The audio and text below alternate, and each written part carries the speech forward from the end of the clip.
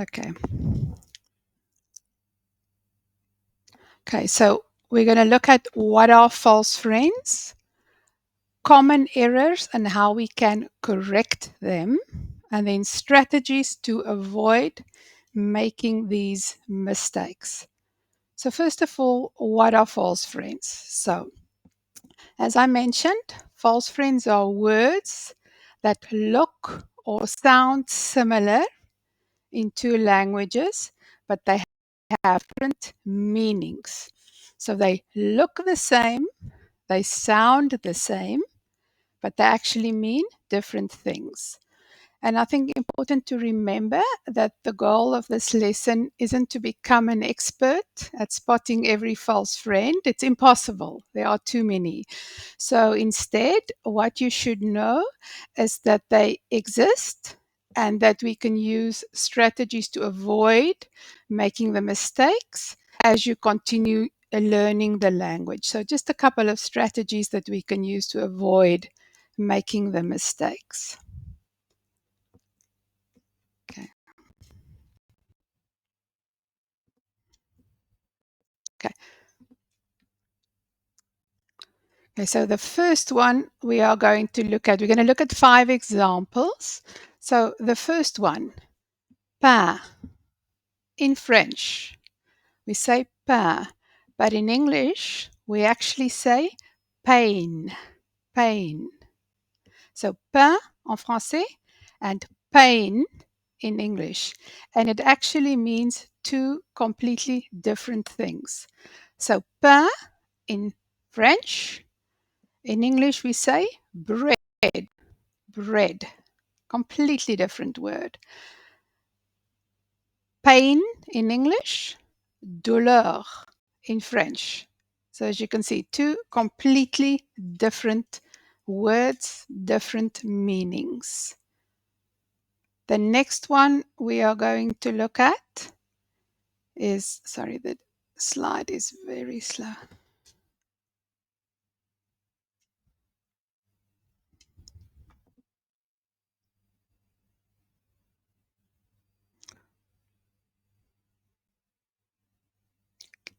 Cave. En français, cave. In English, cave, cave. So cave in French, which means wine cellar in English, and cave in English, which means grotto, grotte in French. Another example, lecture, books in English, and a lecture in English. When you're having a room full of people, you are doing a lecture.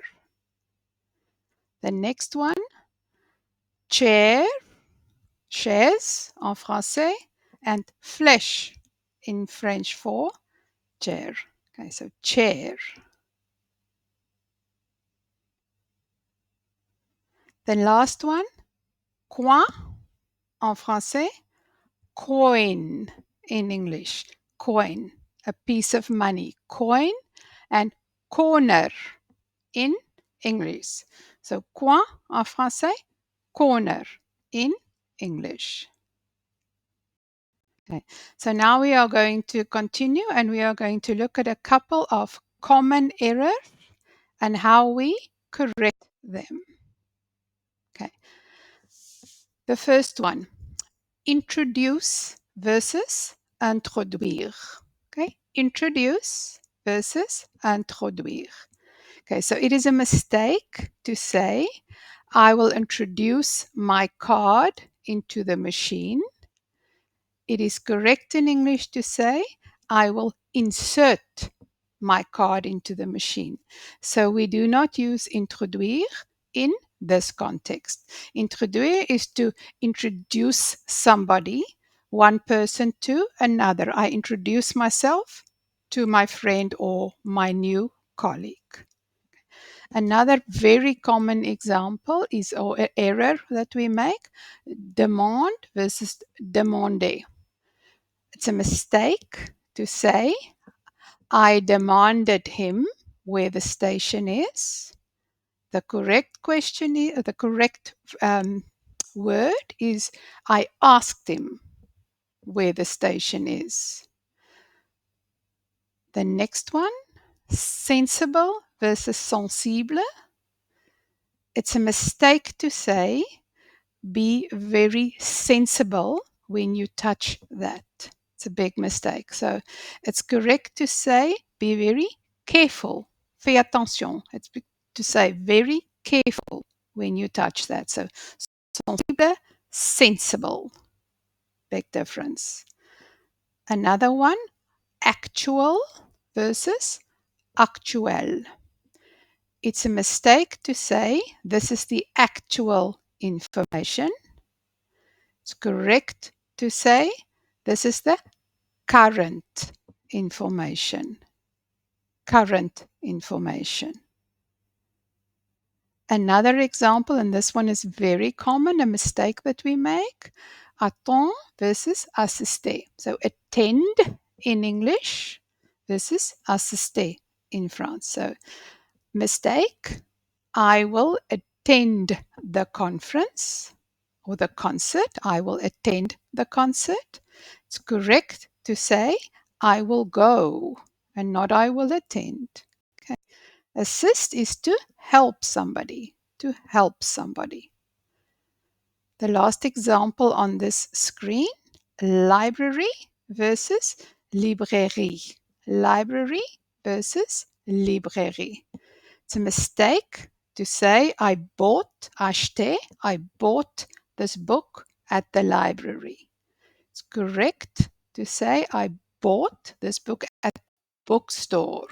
So a librairie in French is a bookstore.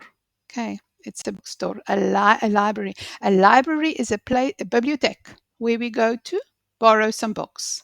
So bibliothèque is a library in English and a bookstore in French. Okay. If you have any questions, just put them in the chat. We will look at the questions at the end of the session. Okay. Okay, we're going to continue with 6 more common errors. The first one, novel versus nouvelle. Okay.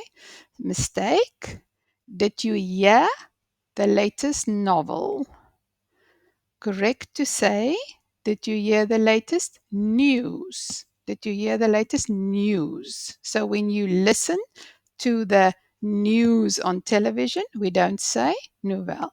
A novel in English is a storybook. A romance book is a novel. Okay. Journée versus journée. Journey versus journée. Journey versus journée. Mistake. It was a long journey today. Correct to say it was a long day today. Okay, so we say it's been a very long day. It's been a difficult day. A journey in English, a journey is when we go on holiday and we have a trip. We go on a journey. We travel somewhere. Where in French, a journée is a day. Okay. Sympathetic versus sympathique. Sympathetic. Mistake. He's very sympathetic. Sympathetic. Very nice. In English, we use the word nice. He's very nice. Chance versus chance. Chance, exactly the same spelling. Mistake. You have a good chance to win the lottery. You say you are lucky to win the lottery. So luck versus chance. So chance versus chance. You are lucky to win the lottery. Fabric versus fabriquer.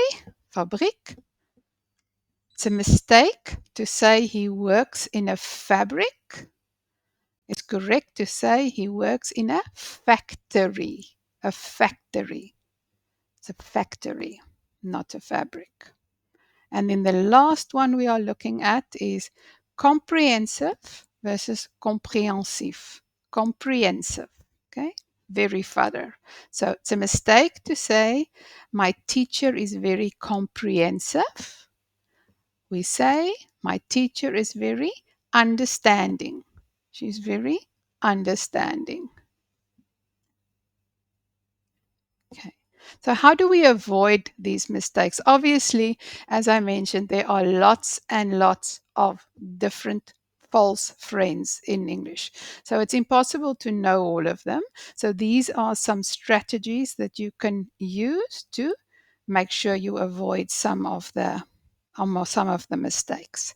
First one, context. As everything in English, in any language, context is key. So, always pay attention to the context in which a word is used. Some words can fit in one situation, but not in another. So, for example, when you are talking about wine and buying some wine, kaaf is a good way you can you know that the context is kaaf and not cave, for example. So the context of the conversation, the situation is very important. Another good idea when you're studying English and French is to use flashcards. The flashcard is a little card that with the English word side and the French word on the other side. So it helps you to learn. So for false friends, we recommend including a sentence on each card for more context. So create an example for yourself. I like to buy wine from the cellar, or I like to go on holiday and look at the caves.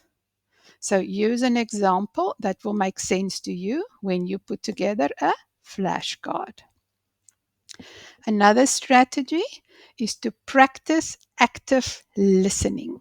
Okay, very important, as with learning English or French in general, is listening to series, listening to podcasts. So practice active listening. Listening to native speakers can provide clues about how certain words are used in natural contexts. Okay, so how are words used? So listening to speakers, you will know how to use the words. Okay. And then last one, keep a mistakes journal. Keep a mistake journal. So every time you realize a mistake related to a false friend, write it down. Make a note for yourself and then regularly review this journal to remind yourself the errors to avoid. Okay. Any questions before we are not going to look at the resources. I've got a list of resources for you. Any questions before we continue?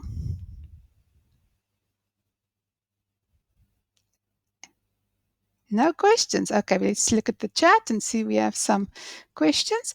Okay, so can you give an example to use the word sympathetic in English, please?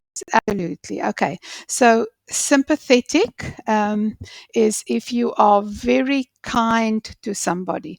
So you know that somebody has a problem and you are worried about their situation, so you care about how they feel, so you are sympathetic to their situation. You are sympathetic. Does that answer the question,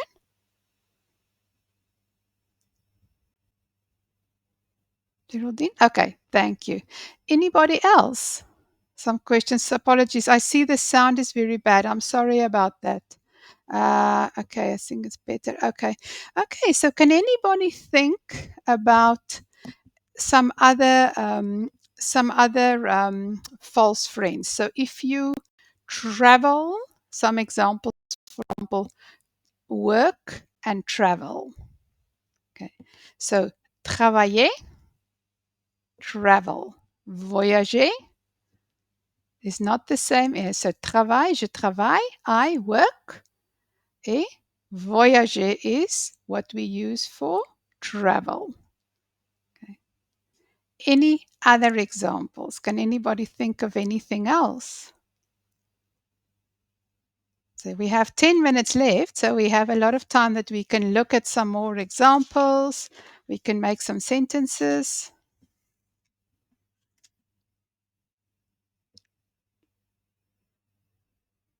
Okay. I am going to give you a example in the chat of an English word, and I would like you to tell me what you think that is in French. Okay?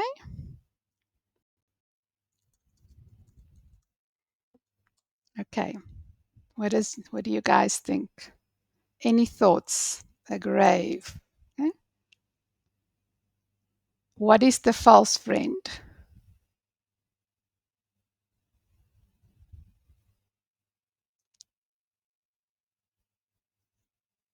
Anybody? You guys can put your sound on. Your sound is on.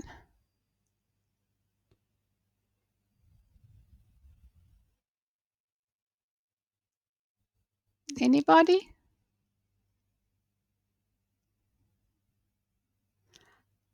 Okay.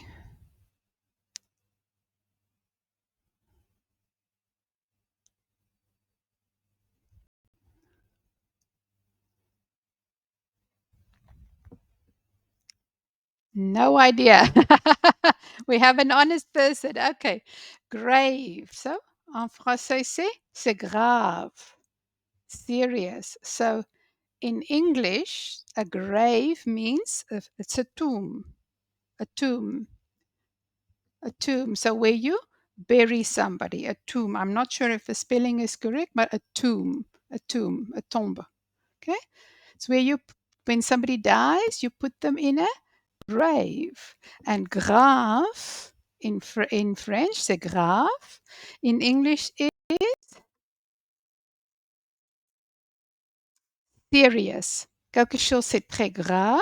It is serious. Okay, so grave, grave, tomb, serious. Okay, that's another example. Okay, location, location, location. So location en français, c'est location. Yes? Rental. So you rent out. Yeah, endroit, rental. There you go. So you rent out an apartment or you rent an apartment for yourself. Lieu, place, very good. Location. In English, a location is a place. It's a place. So what is the location of the shop, for example?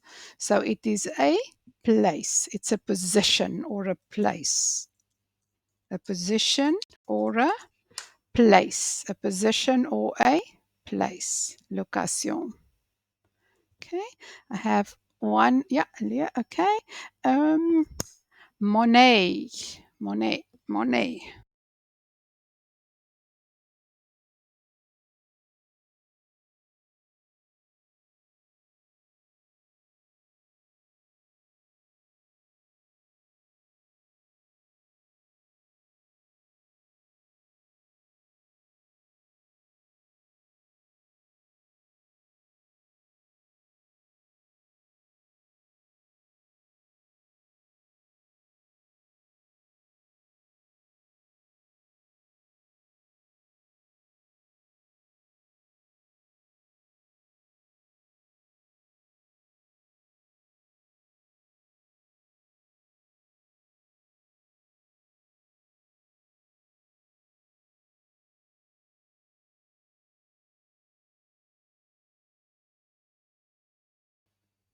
Okay.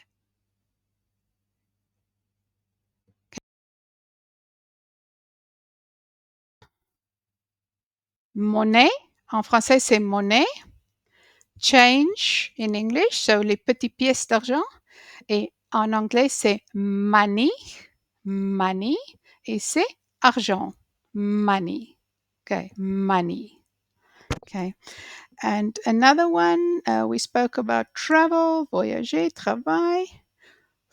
Four en français. Four. C'est quoi en anglais? Do you know? Four.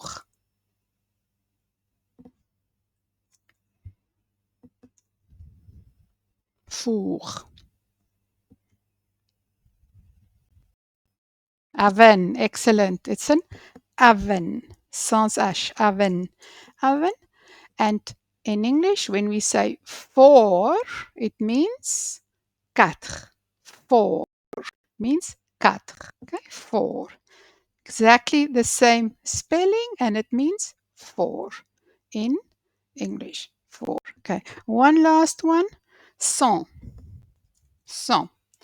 En français, c'est 100. In English, cent. 100. In English, the pronunciation is cent. Et cent, c'est centime. Cent. I have 5 cents. Okay. Centime is cent en français, which means 100. 100. Okay. Good. Okay. Any questions from anybody? I do apologize. I know this has been a little bit chaotic and you didn't have good sound. I do apologize for that. Any questions from anybody that you want to ask? Anything you want to add? Any words that you get confused about that you're not sure of?